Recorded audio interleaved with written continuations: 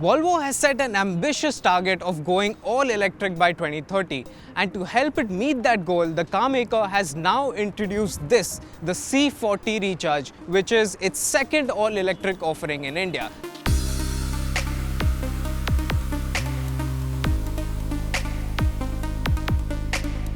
Now on the face of it, it might be easy to dismiss the C40 off as a stylish looking XC40, but I can assure you there's so much more to the C40 than meets the eye. Let's take a closer look. Now this is most apparent as the C40 from the rear end. It gets a sharply raked rear windscreen that tapers down, and you get twin spoilers, one on the roof and one on the boot lid. Now Volvo says this helps the aerodynamics and the stability of the C40. The other significant change at the rear are the new segmented LED taillights, which also feature a new lighting signature when you lock and unlock the car. Personally, I think the C40 Recharge looks best in profile. You get a good idea of the proportions, and you also get to see that tapering coupe-like roofline that looks oh so stylish. Also of note are the 19-inch alloy wheels that are finished in a dual-tone scheme, and they fill the wheel wells out really well. Another point of note here is that the ground clearance of the C40 is slightly down on the XC40s by around 4 mm. While the ground clearance has taken a slight hit, the C40 has the same length and wheelbase as the XC40 Recharge. While the rear is quite distinctive, from the front you'll be hard pressed to tell the C40 apart from the XC40, as it continues to get the same bumper, same closed off grille and the same basic design of the headlight. However, a key point of distinction here is that these lights on the C40 feature pixel LED technology, which is a first for a Volvo car in India. Overall, the C40 Recharge is an attractive looking SUV. If anything, it's the front end that could have done with an update of its own. Now while this swooping coupe-like roofline does look nice, the trade-off is boot space. Compared to the XC40 Recharge, which has a 452-litre boot, the C40 has a 413-litre boot, and in reality it is even less than that because the space saver is in the boot. Now you do get a 31-litre frunk up ahead, but that is quite small and is best reserved for things like the charging cables. Time to see what the interior of the C40 Recharge has to offer. Now the interior of the C40 is typical Volvo affair, which means it is neatly laid out and well built. While it does lack a little bit of wow factor that you'd expect from modern EVs, it does get this nice inlay on the dashboard that is said to mimic the mountains of Sweden, and Volvo has also made use of sustainable leather-free upholstery for the interior. And along with the leather-free upholstery, Volvo has also used recycled materials like plastic bottles, wine bottle corks and forest materials for things like the carpets and door cards. Taking center stage on the dash is a 9-inch portrait-style Android-based touchscreen. It's slick to operate and comes with an embedded eSIM, but navigating some of the sub-menus can get confusing, and it lacks wireless integration for Apple CarPlay and Android Auto. It also gets a fully digital instrument cluster that's bright and colorful, and it displays all the necessary details about the C40.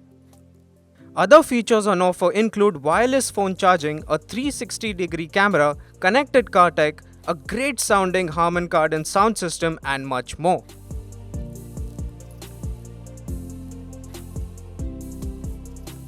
One thing I appreciate about the C40 are these superb seats. They feel really well bolstered and well padded. While initially you might feel it's a little too firm, but once you get going and you're in the seat for quite some time, it feels really comfortable. The steering is also chunky and nice to hold. What there's no escaping is that the C40 is not as spacious as something like a Hyundai Ioniq 5 or Kia EV6, which would be the models it would go up against. Now let's jump in the back seat of the C40 Recharge and see how that roofline has changed things. Now I'm in the back seat of the C40 Recharge and I've set this driver's seat to my driving position. I'm just under 5 feet 11 inches tall, and as you can tell, I have more than ample knee room on offer. However, I wished there would have been a little more thigh support on offer. And thanks to that swooping roofline, headroom is a bit tight as well. However, there are a few other gripes that I have with this rear seat. For example, this backrest is a little too upright for my liking, and this central tunnel will rob the central passenger of some much needed footroom. Another point of note is that while you do get this large panoramic sunroof which lets in a lot of light, this all black upholstery and this quite small rear windows do make you feel a bit hemmed in. With all that covered, it's time to take the C40 Recharge out for a drive. As is the case with the XC40, the C40 also doesn't get a push button to start the car. You simply push the lever into drive and the vehicle comes to life. This system works well and is safe too, as it only works if someone is sat in the driver's seat thanks to a sensor.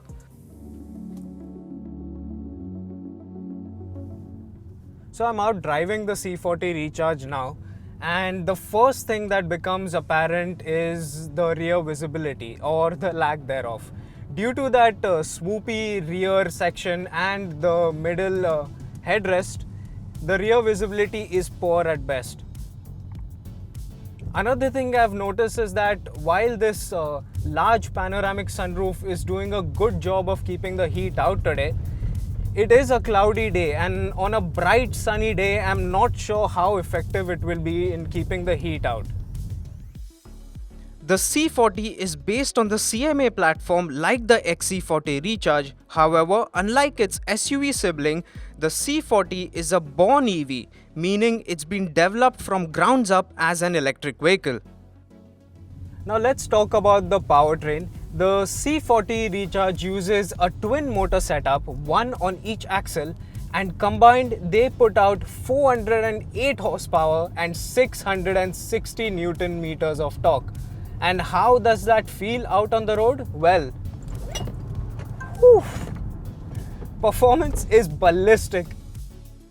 Responses are immediate as the C40 leaps forward the moment you touch the accelerator pedal. The performance is addictive, especially given its relatively compact size. Volvo says the C40 Recharge will do 0 to 100 in just 4.7 seconds. That is 0.2 seconds quicker than the XC40 Recharge. Those are sports car-like figures and not something you'd normally associate with a heavy, relatively small luxury SUV. Powering the C40 Recharge twin motor setup is a 78 kWh battery, which is the same as the XC40 Recharge. However, as it is a newer gen battery pack, this has much more range. What's nice is that you get an 8-year or a 1,60,000 km warranty on the battery. Apart from the new battery, the C40's improved aero over the XC40 also contributes to the longer range. Just how much range does it have? Well, on the WLTP cycle, the C40 Recharge is set to do 530 km on a full charge. Well, that will differ in the real world, but that is still plenty enough. For reference, I'm currently on 93% charge and it's showing me a range of 370 kilometers. When it comes to charging, the C40 Recharge can be topped up using a 150 kilowatt DC fast charger that'll top up its battery from 10 to 80% in just under 27 minutes. However, with the car itself, you get a 11 kilowatt charger. Though it may look compact, the C40 Recharge weighs in over 2 tons. How does that affect the ride and handling? Thanks to its large battery pack, it is quite a heavy SUV, but it doesn't feel its weight in the bends. There's more than ample grip on offer, it turns in eagerly, and there's decent feel from the steering as well. The added suspension stiffness to counter its weight, coupled with the low center of gravity, means the C40 is a better handler than the petrol-powered XC40. Furthermore, the all-wheel drive system is also really good at putting its power down coming out of bends. However, thanks to its weight, The ride can feel a bit lumpy at lower speeds. However, as soon as you pick up the pace, it becomes a lot smoother and a lot more comforting. While the stiffened suspension benefits the handling, it affects this EV's ride quality, and the large 19-inch wheels do it no favors either. Low-speed ride is firm and bumpy, but on the plus side, the C40 feels very composed at highway speeds. And as this is a Volvo, the C40 Recharge packs in Level 3 ADAS technology. The ADAS tech uses a combination of 5 cameras, 3 radar sensors and 12 ultrasonic sensors, and it is also capable of autonomous driving. In our limited time with the car on a winding mountain road, we couldn't try any of the ADAS features, but we will put them to the test as soon as we get the C40 in Mumbai. Also worth noting, the C40 Recharge has been given a 5-star safety rating by Euro NCAP. The C40 Recharge is being locally assembled, and that should allow Volvo to price it competitively. Prices will be announced on the 4th of September, and we expect it to be priced around the Rs 65 lakh mark ex-showroom. That's around Rs 8 lakh more than the XC40 Recharge. But then the C40 does get more range, more features and more style. In conclusion, there's quite a lot to like about the C40 Recharge. It has great performance, a really long range, and it is small enough to be used in city confines as well. And not to mention, it gets that much needed added dose of style over the XC40 Recharge.